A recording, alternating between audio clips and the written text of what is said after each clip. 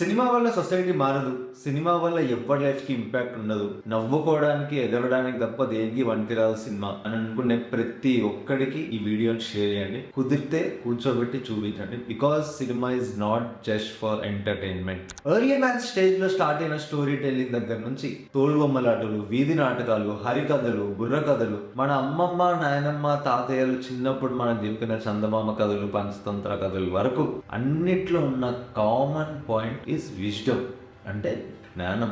ఈ కథల నుంచి మనం knowledge, experiences, moral values, humanities, relationship values అన్నీ కూడా ఒక మనిషిని ఇంకా బెటర్ హ్యూమన్ గా తయారు చేయడానికి యూజ్ అయినవే కానీ జస్ట్ ఫర్ ఎంటర్టైన్మెంట్ అయితే కాదు. Use them bread and circus they won't revolt అని జువెనైల్ అనే ఒక రోమన్ పోయిట్ ఫస్ట్ సెంచరీ ఏడీలో అయిపోయింది. దాని మీనింగ్ ఏంది? మనిషికి తినడానికి తిండి, సర్కస్ లాంటి ఎంటర్టైన్మెంట్లు ఇస్తే దేశంలో జరుగుతున్న అన్యాయాల్ని, అక్రమాల్ని, దోపిడీల్ని దేన్ని ఎదిరించడు, సోమరిపోతులా పడుంటాడు అని. Which is true even today also.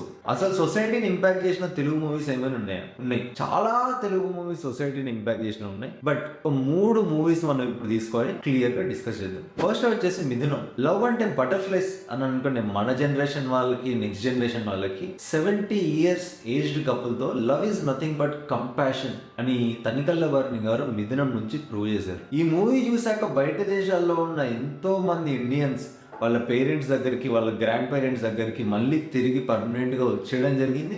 Are వాళ్ళతో రిలేషన్షిప్ ని ఇంకా స్ట్రాంగ్ గా పెంచుకోవడం కూడా జరిగింది. బెంగళూరులో ఉన్న ఒక కపుల్ అయితే ఈ రోజుకి కూడా ఎవ్రీ డే వాళ్ళు నైట్ డిన్నర్ వేసేటప్పుడు మిథునం చూడడం అనేది వాళ్ళ routine. Second the Balagam. Hero లేడు, హీరోయిన్ లేదు, లవ్ స్టోరీ లేదు, ఎక్స్పోజర్ లేదు, జస్ట్ సావు. ఒక చావు వల్ల బ్రతుకున్న మనుషుల్లో ఎలాంటి చేంజ్ వచ్చింది అనేది బలగం. ఈ మూవీని తెలంగాణలో ఉన్న విలేజెస్ లోనే కాకుండా హైదరాబాద్ లో ఉన్న నూక్ అండ్ కార్నర్ బస్తీస్ లో కూడా ప్రొజెక్ట్ చేసి ఫ్రీగా చూపించి ఎమోషనల్ రోలర్ కోస్టర్ రైడ్ లోకి తీసుకెళ్లారు తెలంగాణలో ఉన్న జనాలందరినీ.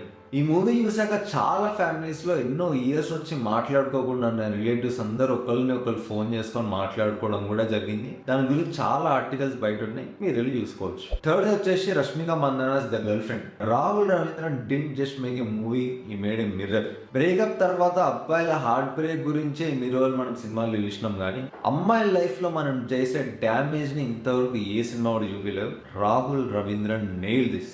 ఈ మూవీ చూసాక నా క్లోజ్ సర్కిల్లో చాలా మంది అబ్బాయిలు వాళ్ళ ఎక్స్ గర్ల్ ఫ్రెండ్స్ కి టెక్స్ట్ చేసి, కాల్ చేసి వాళ్ళ రిలేషన్షిప్ లో ఉన్నప్పుడు వాళ్ళు చేసిన బిహేవియర్ కి అపాలజీస్ అడిగారు. ఒక సినిమా నిన్ను నీ రిలేటివ్స్ తో ఉన్న బంధాన్ని, ఎక్కడో దూరంగా ఉన్న అమ్మమ్మ, నాయనమ్మ, తాతయ్యల ప్రేమని, ఎక్స్ గర్ల్ ఫ్రెండ్ ఇంపార్టెన్స్ ని ఇవన్నీ తెలిసేలా చేస్తుందంటే cinema is not just for entertainment. Cinema అనేది లైఫ్ లో చెప్పాలనుకుంటున్న మాటల్ని, ఎక్స్ప్రెస్ చేయాలనుకుంటున్న ఫీలింగ్స్ ని, రెవల్యూషనరీ స్టేట్మెంట్స్ ని, ఆనందాన్ని, బాధని, కోపాన్ని, ప్రేమని అన్నిటినీ కూడా డిఫరెంట్ క్యారెక్టర్స్ తో చూపిస్తుంది. A good film maker doesn't just make movies, he makes people feel. And people feel, society changes quietly, deeply, but permanently.